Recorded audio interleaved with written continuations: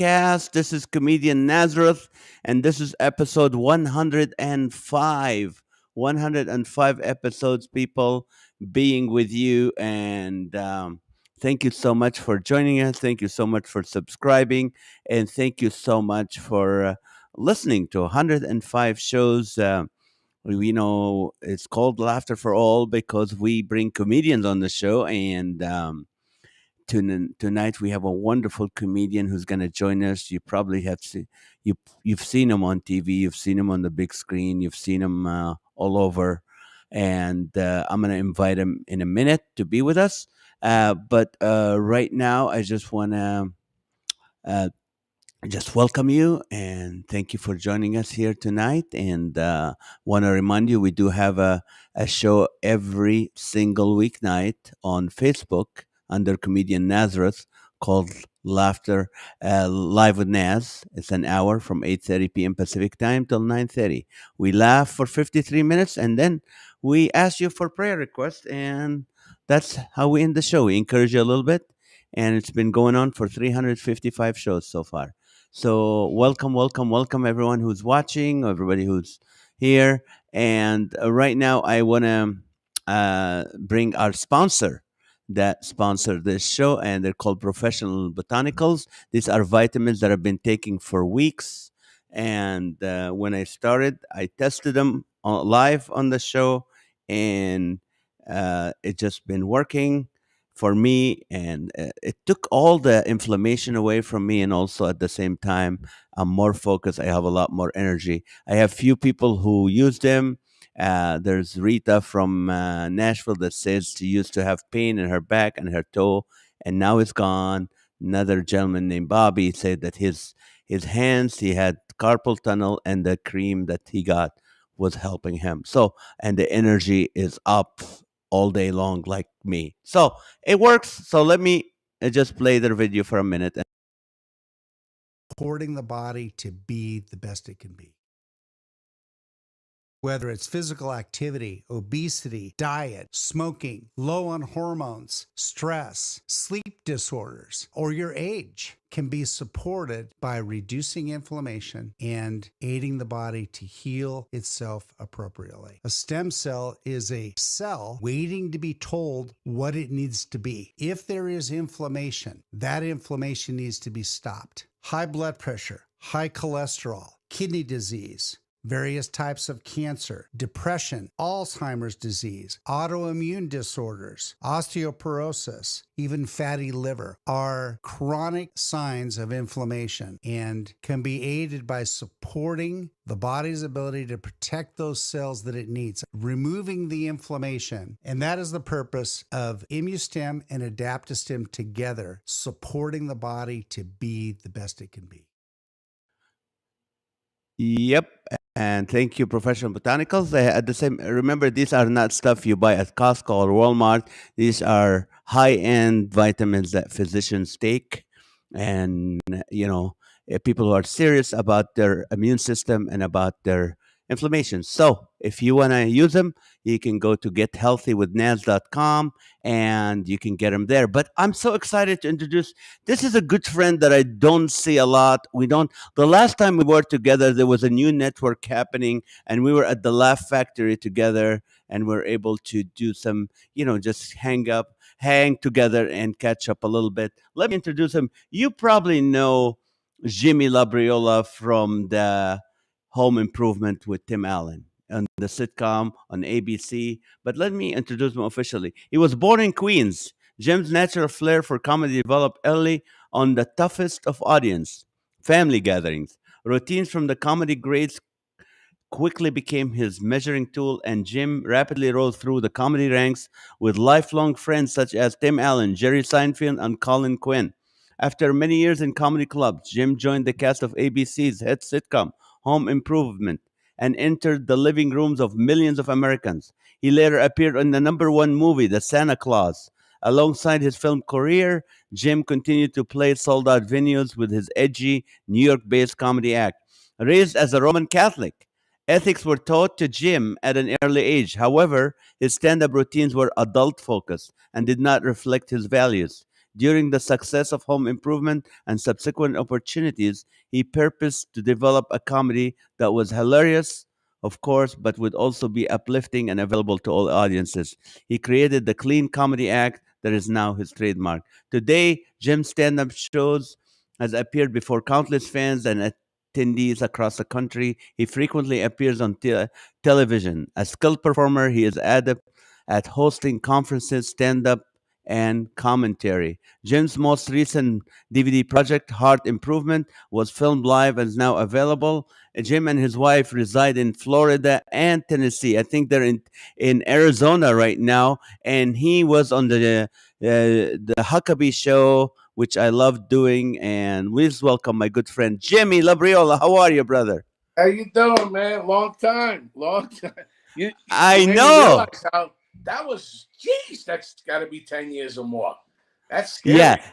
At least eight Is to it 10 years ago, right? At least. right? Yeah, I think probably 8 years ago, and it was called the Right Network. Remember? Yeah, that And was. I was so looking forward to that. It was the right time too. When we had a lot of. I traveled all over the country then with the Tea Party Express, which was these three buses that would travel all over the country, and I never. That was a God thing because as comics, we know, comedy's not meant to do outside in the daytime. You know what I mean? And a lot of these things I would go to, you'd have 20,000, 30,000, 15,000 people in these parks gathering. But, yeah, I guess after listening to all the politicians and all in the middle of the show, they were so hungry for comedy and I had fun. I really, it gave me a chance to see something like America at its best. These people would show up and a lot of them were veterans. And like they said, the park was cleaner when they left than when they got there. So it was a phenomenal experience in my life. that is Phenomenal. awesome. It is funny because the minute we talk to you or anyone talks to you, don't you feel they turn Italian and start talking to you like that? Oh, but when I first moved to LA in '93, I had the same manager then as Tim Allen, and his name's Rick Messina, and he's Italian and he's from Long Island originally. And of course, now he's been out in LA and he's trying to be the LA guy. But he said every time I was there, after 20 minutes, he got right back to like, "Hey, how you doing? Yeah, you got to do this gig tomorrow." Just brings, yeah. People get around me, Let's. they all want to be Italian. I'm gonna be in New York in 2.5 weeks. I'm taking my daughter to see Hamilton on Broadway, and it's her birthday. And so, any advice since you're being from Queens, going to New York? Yes, bring a machine gun,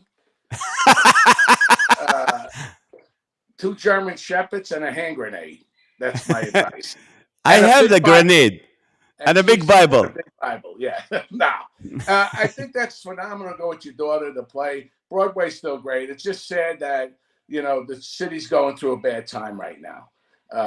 It's kind of back to where it was in the 70s and in some ways even worse. I mean, I don't want to put a damper on your trip. You'll be okay No, no, because no.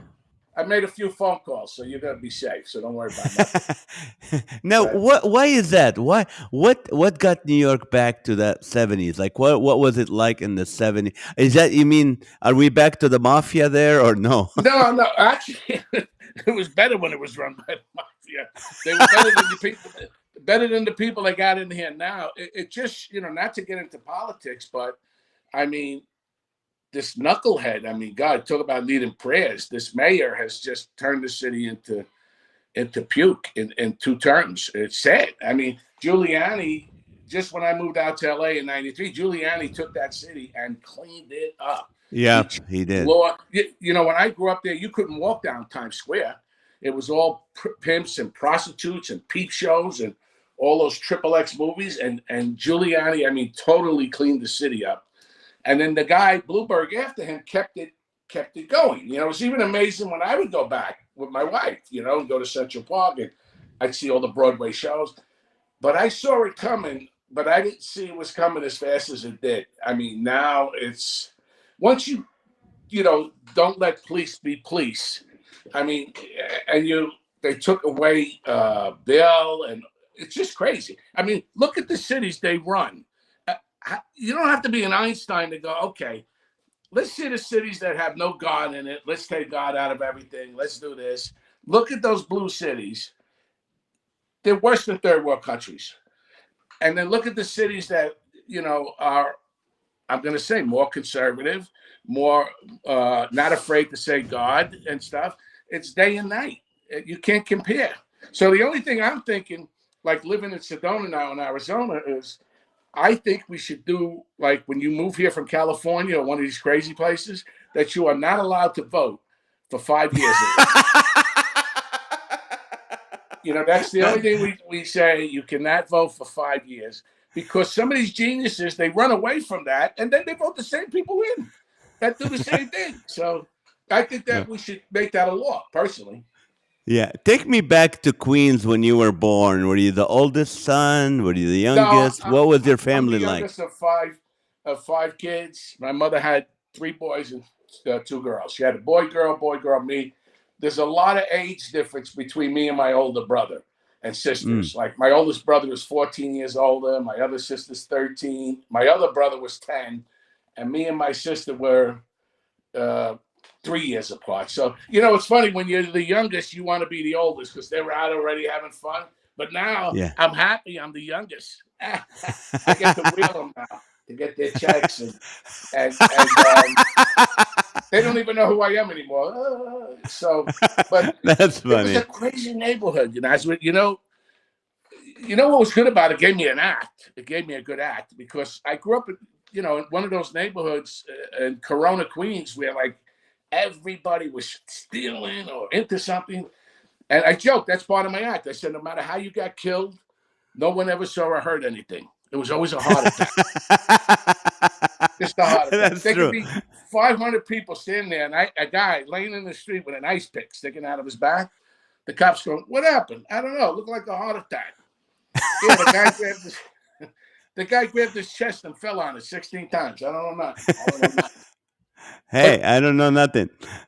Yeah, that's how I mimicked it, because it was like that. Like I said, I went to a wake one time. I'm standing there, the coffin. I look in. There was nobody in, but it was a little pillow with a hand on it. Yeah, yeah, with a pinky ring on it, of course. And of course. So the widow, she's crying. Oh, my husband. I said, what happened? Heart attack. I said, what did he fall in the wood chipper when he had it? So, but that's what it was but it was a very tight neighborhood, very Italian neighborhood, because what was unique about it in Corona was all my relatives lived there, my grandparents, my cousins, my uncles. So you could walk to any relative, anywhere you wanted, and there was none of that you had to let them know you're coming. You just walked in and you had a meatball, and that's, Italians love to eat, of course, and because in my family, Nazareth, if you're under 250, they think you got cancer. I mean, that's like our family. We're kind of close, Middle Eastern, and I live in Corona, California now. So we have so much in common. But you're right. You gotta eat. I mean, even the Jehovah's Witnesses, when they come to our door, Mom let them in and feeds them. Come on, have something. I'm sorry, you can't have pork or whatever you want. We'll make it. But what I always laugh at the Jehovah's Witnesses? They come at your house 7 o'clock in the morning, right? And they wake you up at 7 in the morning to give you a pamphlet called The Wake. It's like, man, I was sleeping. You knocked on the door. I'm awake. All right, give me the pamphlet. Get out of here. That's fine. Now, what did your dad do? If you can tell us legally. Legally, all right, because I can't really say anything. It's 7 years now, so it's limitations. My father was a teamster. A teacher? No, teamster. A teamster? Oh, he was in the. Yeah, my father was a teamster, not a teacher. I mean, he taught people how to beat people up. I mean, if you consider that a teacher, maybe. But that's the old joke, Nazareth. How many teamsters does it take to screw in a light bulb? How 10. many? You got a problem with that? I'm killing me here. But no, I'm killing me. You're killing me. He drove a dump truck, my father. And, that's what, and it was so funny back then because, when I was a kid, they called it hanging your dirty laundry out. You know, my mother would clean the clothes and all. And my father was a big guy. He's like 300 pounds. So it was so funny from driving the dump truck, all his white shirts had like a black stain going across from the steering wheel hitting his stomach. But he was a great guy. He was a funny guy, a tough guy, though, very tough. You know, everybody loved him. The kids, everybody want to hang out. He had 3 nicknames, my father, too. Most people don't have one. In the neighborhood, they called him 40 because some guy gave him, when they caught him stealing as a kid, the 40 thieves. So they called him 40. 40. At work, they called him the Bull because he was a, really big guy. And his sisters, he had 4 sisters, called him Sonny. So he actually had 3 nicknames, my father, and because he was a good man, though. I remember one year me and him were in the same class, but never did good at school, though. One time the teacher asked my father, "Excuse me, Mr. Labriola, who shot Lincoln?" He said, "Hey, don't look at me. I don't know nothing. It's a heart attack." The guy with the hat thing, right? That's right. Now, when did you start? He was a fun guy to be around. He loved, very supportive in baseball with me and things like that, So, but he was a tough guy. Other kids were like, "Oh, my father did this, and my father did." My father, he put the Piccarelli brothers in the hospital. I'm proud. Now, when did you start comedy, Jim? Tell me, what was your first gig and where? Oh, that's a good question, man. It always came easy for me, comedy. Back then when I was about 16, 17, now this is the 70s. This is like the early 70s when comedy was really changing, from the old comics to like guys like, Richard Pryor and George Carlin and the Tonight Show when it was. So believe it or not, my first paid gig was an Elvis Presley impersonator called Greg Peters. And his father was Colonel Parker, who managed him, Colonel Parker. And I got $50. I got $50. That's a lot of money. Oh my God, it was 50, and he gave me a $50 bill too. It probably was bad at the time, this guy. But I never forget. It was like, oh my God, they just paid me $50, and I really had no act. That's how I started the dating game. I would get kind of 3 goofy kind of guys, and then I would pick a woman there, not to look at them, and ask. I would push it to ask dumb questions to these guys, and I would ad-lib it. And there were times I could do that whole thing for half an hour. People would be falling off, and that's how I kind of, started building an act. And that was in New York, right? Yeah, that was in New York. Yep, in New York City. That was in God, where was that? It was like one of these clubs where years ago they didn't have really a lot comedy clubs. It was more like showcase clubs where you had a singer and a comedian, and you sat down and you had dinner and a band. So it was pretty exciting. Now, when did you become full-time, where it became your full-time gig? About 3 weeks ago. I finally made it. But no, that's a good question, too. That's why I love when comics interview. You guys know what to ask, right? You ever get those guys in the early morning radio? You're like, oh, God. You're like, please, stay home. I'll ask myself questions. When full-time, I'll never forget, I was a Teamster when I was younger, like my dad, and I was working at night. I used to bartend and work driving a dump truck in the day. I had a great job. But one day I used to get sick, man, at night. I didn't want to go in anymore in the morning because I'd have to go to Brooklyn and be there at 6 in the morning. And I'm hanging out with like Ray Romano and Chris Rock and all of us at the Green Kitchen, Colin Quinn, and it's like 1 in the morning in Manhattan, and I got to leave to drive. Now I'm the only one that had a car because I lived in Queens, and I got to go home. And then one day, man, I see this as clear as day. My friend too just passed away, God bless him. But one day I said, I don't want to drive a truck no more. So my friend said, then call the guy up and say you're done. And I never forget, show you how far ago, I had a dime. It was a dime or a quarter for a phone call. I went to the phone booth and it started drizzling a little bit. And I called up, I said, I'm done. And from that day on, I earned my living as a comic. Wow. Yeah, wow. I just took that shot and it worked. I didn't have any money for the first couple of years that I had making the Teamster. But you know what? I took that risk, and Give God Now, all the glory. what was the worst gig you've ever done? Sarah's asking. Woo, I What can was tell you one one. of the? Everybody knows it. In the comedy industry, there was a place called Betty's Fireside. Uh-huh. Okay, it was a one-night gig. It was upstate New York somewhere. Now picture this: it used to be a strip club, Uh-huh. so it had the audience out there. You could fit maybe about 100 I've done people. strip. I've done a lot of strip Well, clubs in my it early used to days. be I though. know. It used to be. It wasn't no more. They turned it into like a bar. So you still had the stage like heart shaped with the Yeah. brass rail. The bar was right under it, and you had about 100 people just saying, "You, the S word. You stink. Get up, you lousy." So you knew this. So this booker would make you play that club before he would book you in his other dives.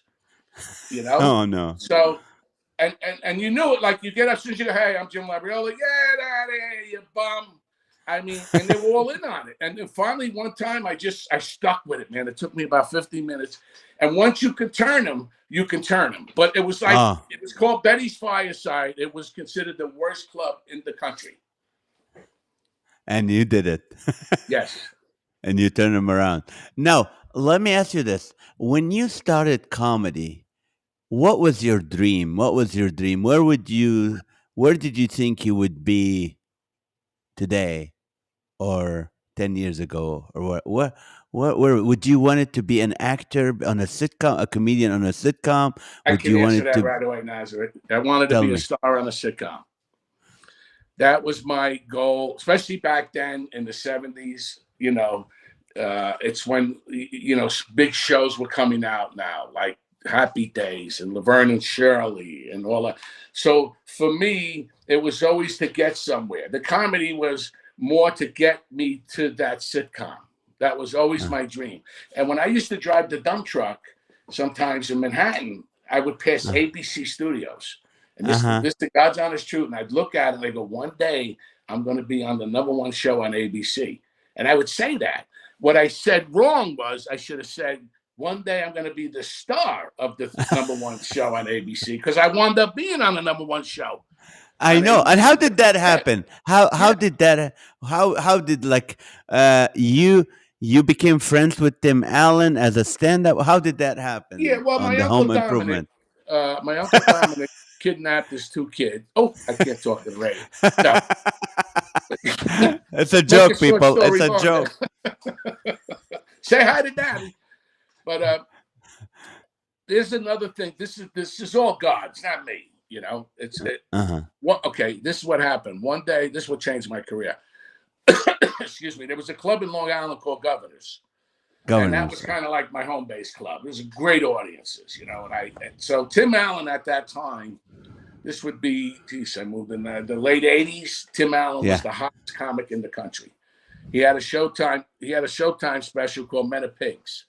So people used to show up to the clubs with 2 belts and pig noses, right? And I didn't even know them. So this is what you learn. It's not always about the money. So anyway, they called me up one weekend and they go, "Jimmy, can you host this weekend? We need a host." And at that time, you know how we are now. I'm like, "Well, I'm not a host anymore. I'm a middle or headline." Yeah. They said, "Well, we'll give you $375." So I said, "All right, can I call you back?" So I called my friend Bob Piver, big guy that wrote a lot, very funny guy that wrote a lot of one-liners, more or less, for Dangerfield and Joan Rivers. And I told him, he goes, "Jimmy, what are you, stupid? You better call him right back. This guy's the hottest guy in the country. Whoever comes to see him will see you." Right. So thank God I called right back, because they could have got 50 other comics. I said, "All right, I'll do it." Not knowing that me and Tim were so, our acts are different, And I opened for him that night, and he just thought I was hysterical because, I was in my home base, and he was hysterical. And we hung out till like 3, 4 o'clock in the morning, both nights. And we became like, it was, and he's not the most outgoing, but it just, and then as they say, the rest is history. He would call me up. We stayed in touch.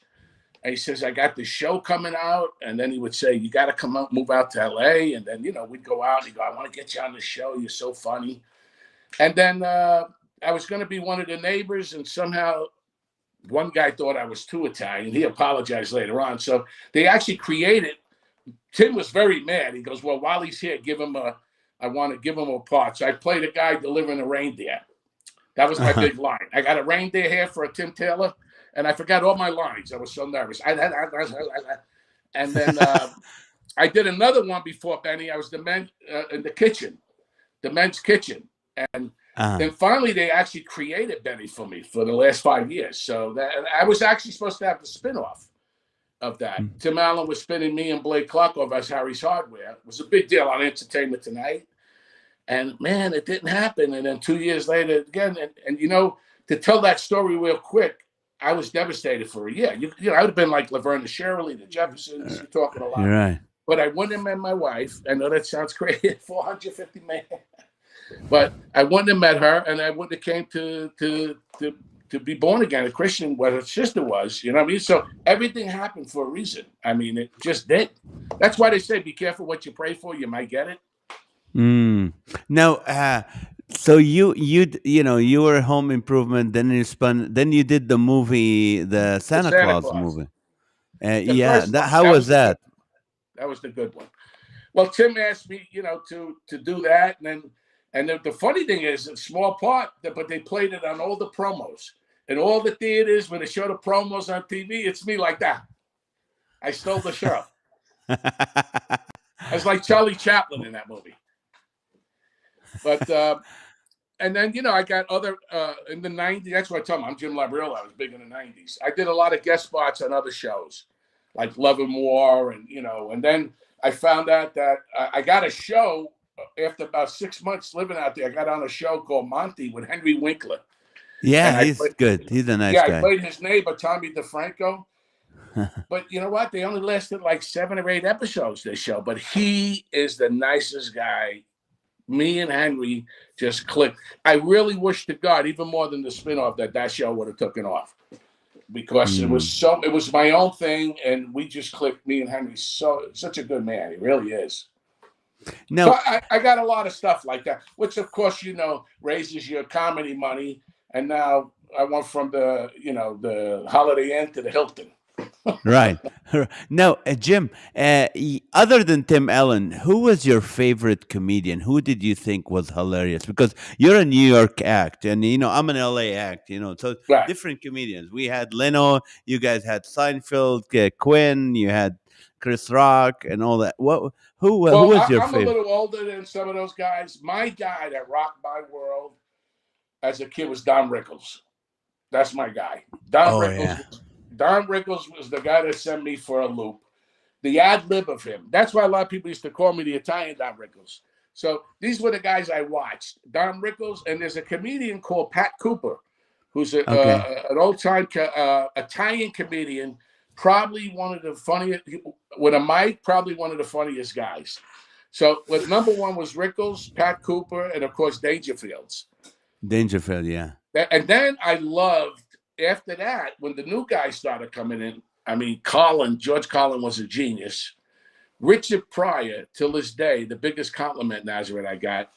I was at the Comedy Store, and Mitzi was sitting in the back with Richard Pryor. And I still think that this really happened.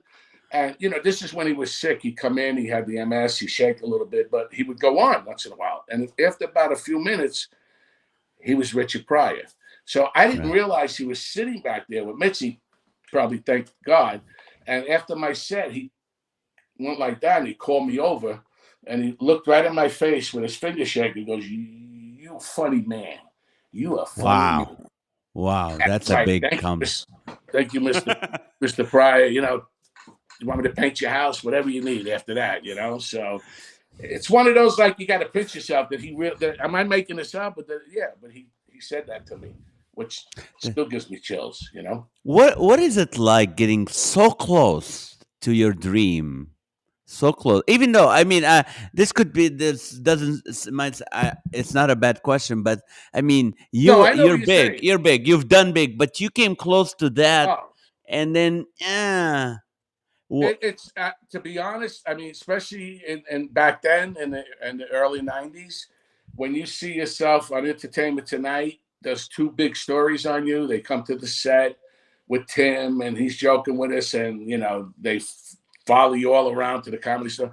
It was heartbreaking because you're the guy. I mean, everybody, for a year was kissing up to me. And you figure, me and Blake got along so good. It was an ensemble cast. It was devastating for me when it just didn't happen. And nobody told us why. We were 2 weeks away. So Disney gave me a holding deal, some money to keep me. And what upset me was Dice Clay, God bless him, he had a sitcom. He called me 8 times to do it. All I had to do was go across the street to Warner Brothers to read with him. If everybody said that's the guy, and I didn't, my manager had a loyalty for Tim, and I was depressed for a good year. I'm gonna, at least a year I was really down. Then somehow 3,000 miles away, I meet my wife, and I want to get to that in a minute. Yeah. How you came to Christ and how you met your wife, Rhonda. But there's a question said, did Benny ever get to work with Tim Conway or Harvey Korman? No, but I had a blessing I did have for over 2 years was, oh my God, Jonathan Winters. Yeah, he's funny. And Jonathan Winters and Richard Lewis would talk almost every day on the phone. And Richard Lewis was like a father to him. And I got into these conversations, and all I did was laugh. So at least once a week, sometimes twice, he actually called me Guido. Now, Jonathan Winters, if you're young, look him up, was one of the most genius. That's Robert Williams. I know. That's true. He can take this right here a half hour and make you laugh. Yes, So, I love Winters, Jonathan Winters. And all they would do was insult each other in a funny way. And I would laugh, and he started calling me Guido, and I was supposed to go, a few times I couldn't make it, and I was supposed to go with Richard to Santa Barbara to his house, and I had my It's a Mad, Mad, Mad, Mad World tape, and he passed. But, so I never really, the Tim Conways, those shows, you could never have them again. I mean, come on. They cracked each other up, but I never got to meet some of those people. No, I'd love to have been on the show. Now, who's your? Do you still connect with Tim Allen? Oh yeah, you guys are. Tim Allen, Ray Romano, I stay close with. Colin Quinn.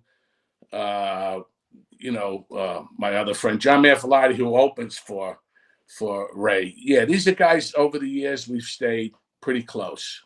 Richard Lewis, phenomenal guy. Just as funny on as off, neurotic both ways. And a good friend. Richard How Lewis. was Jerry Seinfeld? How was he? I met Jerry a bunch of times. He's a sweet guy. He's a really nice guy.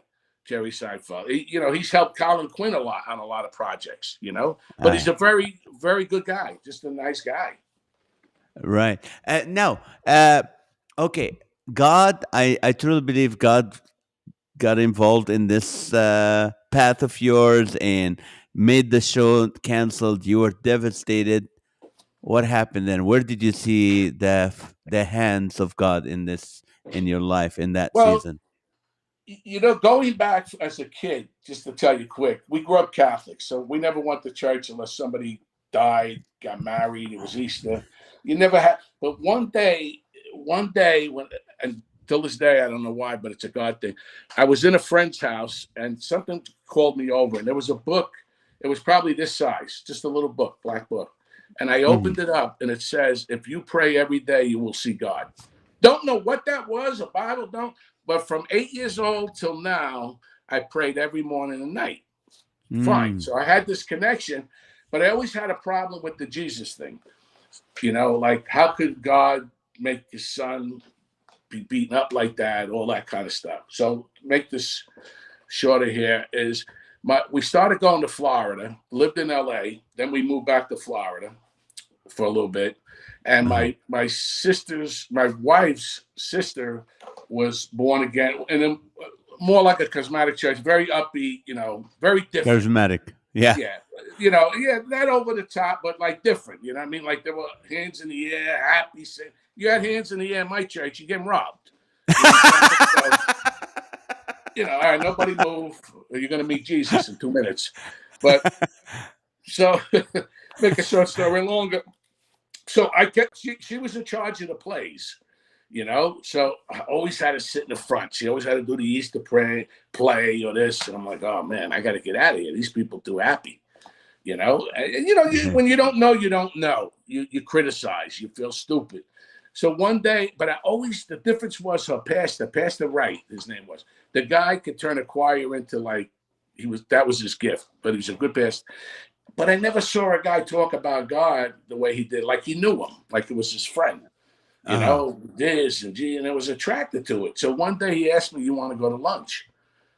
And I said, "Okay." And not knowing by the end of the lunch, I was giving my life, saying the sinner's prayer to him. And I remember watching Billy Graham and all these things all my life. I was always attracted, but I would not say the prayer.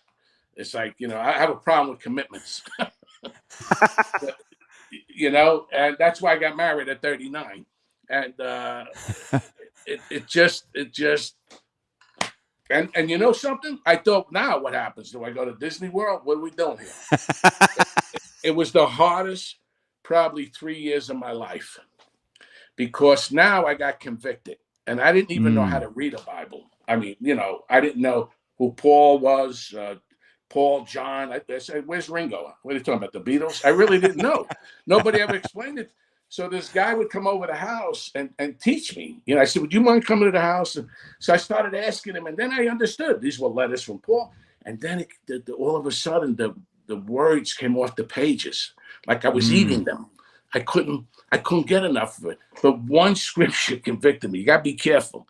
When you don't know, God protects drunks and babies. You walk and stumbling. But once he reveals himself, you're like, okay, you're responsible. So I'm reading one day, and all of a sudden I read Ephesians 5:4, and it says, "No coarse joking, no foul language." And now I'm convicted because my act is still blue. And I'm like, oh my God, how am I going to? I was so in turmoil. I said, how am I going to confess now? I'm a Christian and I'm up there talking blue. And I remember that some other guys got to make it worse and go, well, listen, you know what you do? Buy Jesus a ticket, sit him in the front and see what he thinks. I'm like, can we get a second opinion?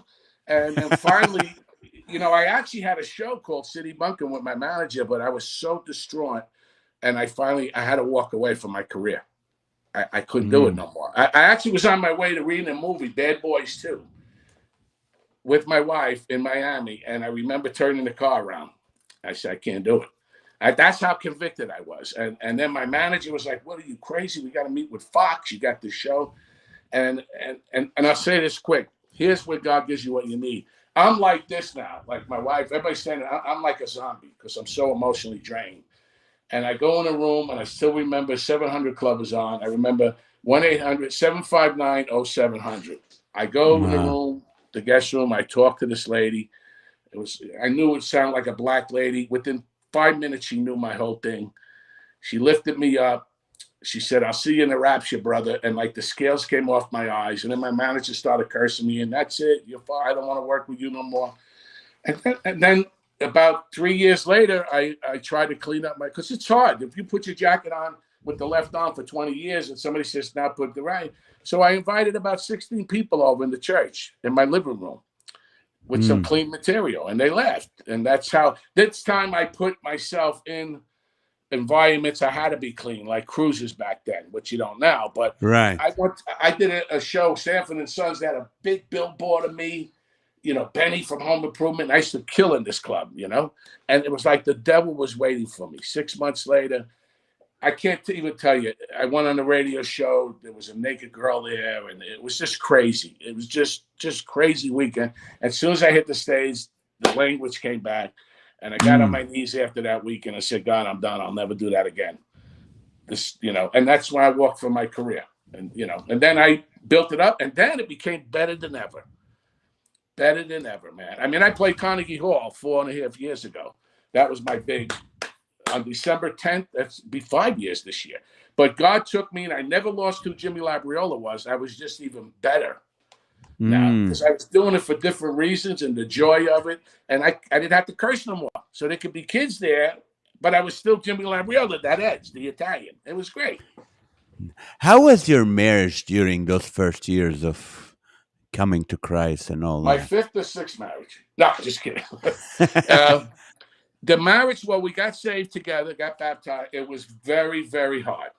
More so for my wife. It really was. A lot of anger, a lot of emotional. what did I do? I should move back to LA and a lot of that craziness. But what my wife always loved for me is I never made excuses. So, like if I need shoes, I don't go to the butcher, or vice versa. So I got myself outside help. I went to Christian counseling, which was really life-saving for me. And we had to work through. It was but it made our marriage stronger. It really did. Because, we looked at our wedding video and like half of those people are divorced now. More than half, And I mean, we even had a Christian counselor say maybe you guys should separate, believe it or not. Wow. Yes. Wow. Yes. Now, let me take you back before you continue. How did you meet Yeah. her? I heard the story. That's another God thing, Nazareth. I mean, I could tell the story 1,000 times. I still get chills. Okay, I'm living in LA. She's living in Florida. Don't know each other. I'm on the show. I'm on top, everything. So I said, let me go see my friend Frankie, Florida. I had my agent book me a club, so paid the whole trip. And then I'm in this at that time, this is like 96, 7 maybe. So real estate was starting to pop, and I see all these signs, real estate. I said to my friend Frankie, man, you know what? Maybe I should buy a lot here to invest. So why this sign, 10,000 signs, and it wasn't even a regular like real estate office. It was like a trailer they were using. I go in there, I start talking to this lady. I don't know, I was telling her about how crazy they are, us women in LA or whatever. She goes, I know this nice lady. You should take her out. I says, I'm here for a lot, not a wife. What are you talking about? So she started laughing, and my wife's very laid back and quiet, and she called her at the job, and we start talking, and I could tell she had a good sense of humor. We met that night in an Italian restaurant. And then I remember we got along really good. But I remember saying to her, like, well, I have a career. I don't know how much we can talk and all, and everything's good. We hung out a couple of times because I was staying by my friend's house. And then she took me to the airport. I remember she said later on, she told me she actually got emotional, and we didn't know each other long. And I'm like, I don't know if I can call right away. I called her every night. And then 2 weeks later, I flew back and still with my friend again. And a year and a half later, we were married. So that's a good thing. And I remember I was so mad with my last relationship. I looked up to God. I was walking out of my favorite channel, and I said, God, you pick the next one. I'm done. I just went like that. I'm done. You pick. And I don't know how long after that, 3,000 miles away, you had to go. Wow. Yeah. Praise God. Now, so a Christian counselor told you maybe you guys should separate. Yeah, we had a really good Christian counselor we went to. Then, for whatever reason, I think later on when we picked up again, we were starting to get, because there was some really good Christian counselors. This one guy was actually a doctor too, but he was a Christian guy. And he actually got to this point saying, maybe you two need to separate for a while. And see what goes on. And I remember thinking, geez, if we can't do it together, why am I going to tempt myself going out there with all that temptation? And if and something strong stood within me and my wife. Yeah, we didn't see him again after that. But I don't know, who knows? The enemy works through, right. Even people, through. Yeah. But she is my rock. She is my soul brother. I mean, God does work through women a lot better than most people.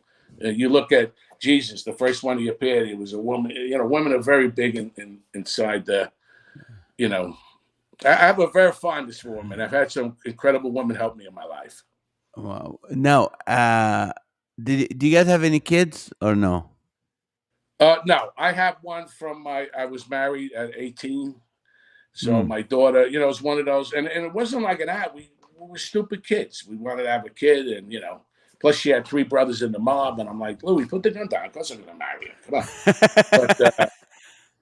on. But sadly it didn't work out. We were 2 kids, and but I stayed single most of my life until I was 39, till I met my wife now. Miranda.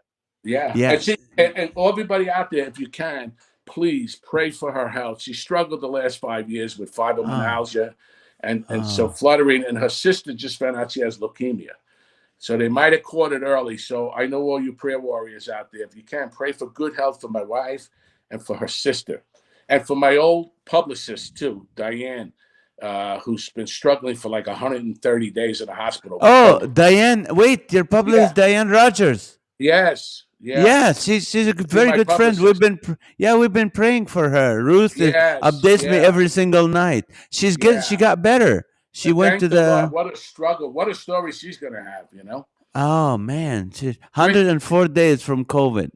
Over 130 some days, I believe. Yeah, right now I get it every day. I get. We have From a Ruth. show Ruth that writes every day. Now we're Ruth. still Yeah. friends. We don't work together, but I had more fun traveling around the country with them. I'm telling you, real joyous times. And then Carmen, who I just feel so Yeah, sad. tell me about Carmen. You did a show with Carmen on 5 TBN. times. We were so good together. They kept booking me with him. And if you look at some of the old tapes, it was fun. And he invited me to his wedding, and I was devastated. I couldn't believe it. I knew he was sick, but he just left me a message and sang the whole C'è la Luna song. C'è la Luna, mezze mare, mama. Did the whole song on my tape. So Is he I don't know Italian? what happened. They were having some problems. Who was going to put the body out? I spoke to his nephew, and then somebody else called me and asked if I would speak at this thing they were having, but it was like all screwed up. No, you know what I mean? I couldn't get answers, but I'm so glad I had time to spend with that man. I mean, if you watch some of the shows on TBN, you guys got a lot of chemistry together. It was hysterical. Yeah, I recommend you guys go out there and watch that. Now, is he Italian? Oh, yes. Oh, Carmen is from Italian. New Jersey. Oh, Italian from New Jersey and Italian from Queens. That's a good and you show know what right was there. funny? He had Rich. There's another guy that I think it's Rich Francesi, who was a mob guy who goes out and speaks. Phenomenal guy. Oh, yeah. I know him. I listened to him. Just a phenomenal. Francine. Yeah, so he had him on the show with me. So the funny thing is, I'm ready to leave, and Carmen grabs my arm and goes, "No, you're staying for the interview." So when he came out, I got on my knees, I kissed his ring. So his first line, which is funny, he goes, "This is the first time I've been on TV with 2 other Italians, and I'm not getting indicted." That's funny. That is so funny. Now, what do you call it? How was the COVID thing? The whole year and a half of COVID. How did that impact you? And why did you leave Tennessee? Well, we mainly left Tennessee for the weather, for my wife's health, for the dry year. We want to get back to the dry year. But being out here really never affected my life. I mean, I'm very careful because my wife's immune system is a little lower. I took a mask everywhere I went, washed my hands 800 times, but I never stopped living. But God has blessed me again, too. 5 years ago, I got involved with a security company. I took a small, friends of mine had this little security company, and I grew it in 5 years to a national company where you see all the truck stops throughout the country, like Love's, Flying J, and all of those. My company does that. They were all armed guards. So I started with one, and now I'm the guy all over the country. And that, I sat there a couple of years ago, Nazareth, and I'm thinking to myself, like, how did this happen? I was so overwhelmed, and the only answer I had was God. That's the only answer I had. Now, God moves mountains, but bring a shovel. You got to do the work. You know what I'm saying? Right. But if you give to him, I've always, and I'm telling you, who's ever listening out there, whether you're in business or your life, and this is a fact how I live my life, especially the last 37 years, is if you put the spiritual before the material will always follow. If you put God first, I don't care what I try to simplify life like this. You're responsible for the effort, not the outcome. That's it. You're responsible for the effort. The outcome's God's. Okay? And usually when God's in it, I'm not crashing my head in the wall. It seems to go. But, there were things in my career that should have happened. I had a 150-day tour. I had this.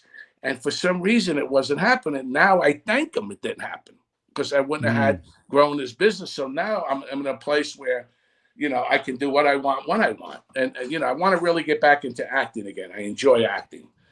Or just giving a good message. My heart is for women and children that are abused too.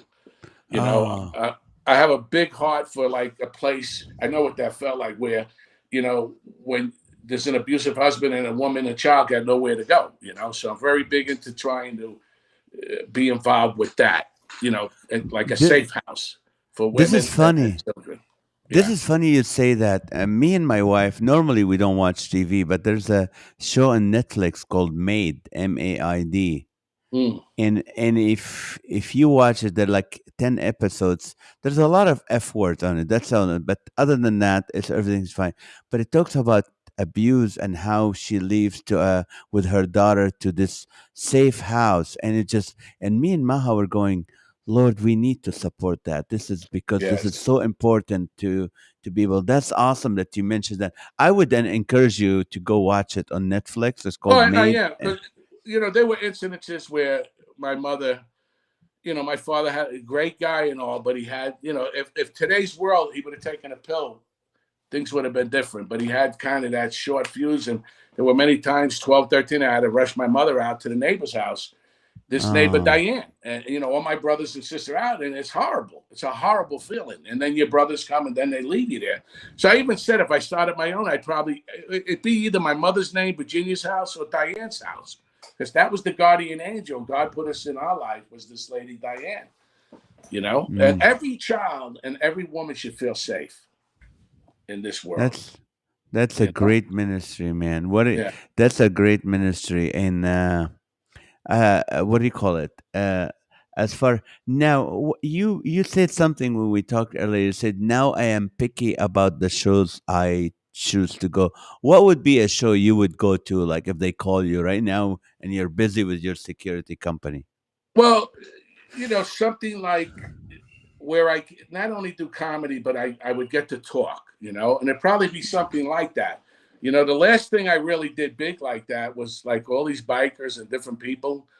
And, I come up there like you. I mean, and I'm not saying this to boast, but this guy is one naturally funny man. When I first met you, it's just you. You're one of those guys you just can't help being funny. You're funny. And Thank you. God has used you did you get to pick your own Christian name? Let's see. I'll pick No. Nazareth. Nope. It I was mean, the GPS that picked the me, GPS, but you are just you live your faith. You're a phenomenal guy, just like my friend Dave Pendleton, another Oh guy yeah, that I know lives Dave. his I faith. know. Dave, I love Dave. One of the best ventriloquists there is around. If you see the art of him, he's the best than anybody as far as the mouth and all that. So, but Yeah. I would probably, if it's something that touches my heart like that for a good cause, I would probably, do. And like I said, right now, I know a friend of mine that wrote a big part for me in a movie they're trying to get funding for. But I also used to do a show called Night of 1,000 Guidos, which was all headliners, all Italian headliners. And it was Ray Romano did it with me. So sometimes I go out and do that. But you know what? When I got saved, I turned it. And all those guys do the show clean now. And it taught a lot of them, because they only had to do 15, 20 minutes. And they thanked me. I said, come on, you can't throw that out. And a lot of those guys that used it didn't use it during my show. And they were blown away by it. And they got more work from it. Wow. That's how about Dom Herrera? Have you ever worked with Dom Herrera? Oh, Dom, I know Dom. Yeah, we never hung out, but yeah, we worked. We actually long time ago. We've been on shows together. Yeah, but I know Dom to say hi, Dom. So I never really hung out with him. Now, tell me again about the movie The Santa Claus. That's a big production. What was that like? Where was it shot? How much time were you on the set? No, I did mine in like a day, actually, in in front of a green screen in California, and it was a lot of fun. And I said they wanted me right away, Tim, be the truck driver. So now I said, where's my lines? What happened was they couldn't open the door. They couldn't open the windows and the door. So my thing is all a look. He comes over to me and he's asking me directions how to get to this. And then actually the truck crashes, but they cut that part out. I crashed with the truck and stuff. But what was so, they say there's no small parts in a movie. What was so great was that they showed the promo everywhere. So every year I get calls Christmas time. All of a sudden I got all friends again. Every time, Christmas they play it. And that really was the classic one. Not to down it, the other ones. The other ones were more about that. But the first one truly was a classic. I almost wish they didn't make the other ones. because that was that if you look at that movie, it was the original director, John Pasqua from Home Improvement. He's just a great director. I was in another movie with him called Joe Somebody. That was with Jim Belushi. They should have called it Joe Nobody because nobody saw it. Because Tim, listen to this. They put the movie comes out Christmas time, right? And Tim's trying to tell him it's not a Christmas movie, and it came up against Lord of the Rings. Ouch! Yes, but now a lot of those movies have caught on when they got on. On the other streaming video. Let me ask you this. Sure. Just imagine with me, you're in Queens and you meet your dad who's 10 years old. What do you tell him? Dad, I'm going to beat you up now because you're 10 years old. I think I can beat you up now.